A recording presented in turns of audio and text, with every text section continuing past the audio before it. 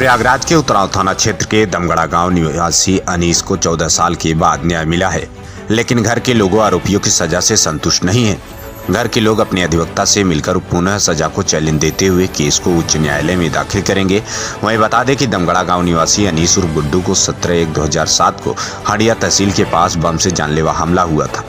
वहीं पीड़ित ने हंडिया थाने में इश्तियाक, निसार और जावेद परवेज उर्फ लाला के खिलाफ मुकदमा दर्ज कराया था। काबिले गौर तारीफ हो कि इस केस में हंडिया पुलिस ने FIR लगा दिया। पीड़ित के अधिवक्ता ने प्रोटेस्ट दाखिल किया। हाईकोर्ट ने मामले को संज्ञान में लेते हुए आरोपियों पर केस चली।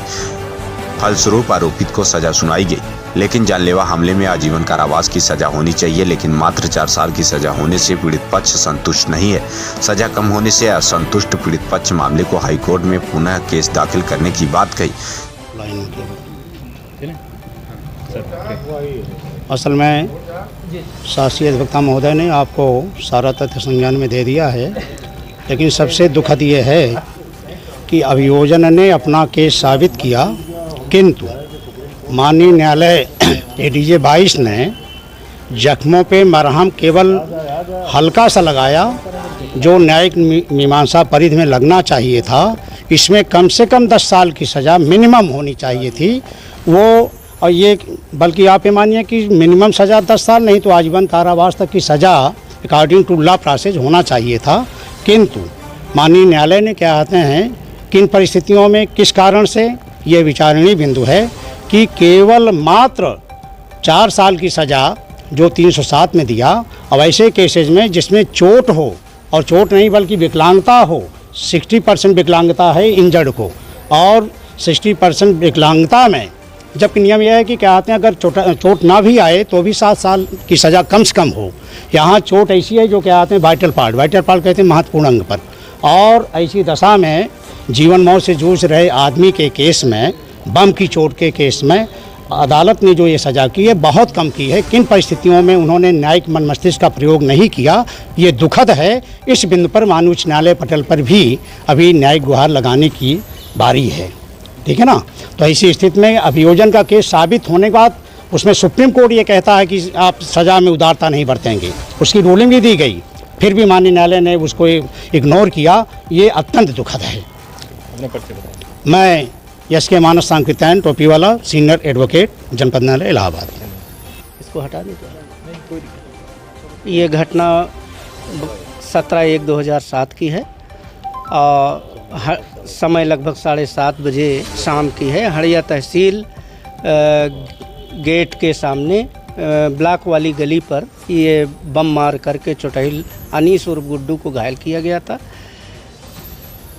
उसे उसी समय जो है सारण हॉस्पिटल में ले जाया गया, फिर उसके बाद जीवन ज्योति में उसका इलाज चला। इस घटना में विवेचक ने FIR लगा दी थी। FIR के बाद जो है प्रोटेस्ट ये दाखिल हुआ। प्रोटेस्ट के बाद ही इसमें हाईकोर्ट भी जाना पड़ा। हाईकोर्ट ने इस केस को संज्ञान लिया और ये 307 का मामला पाते हुए इस केस को ट्रायल ये चला। अभियोजन पक्ष ने 4 गवाह जो है पेश किए।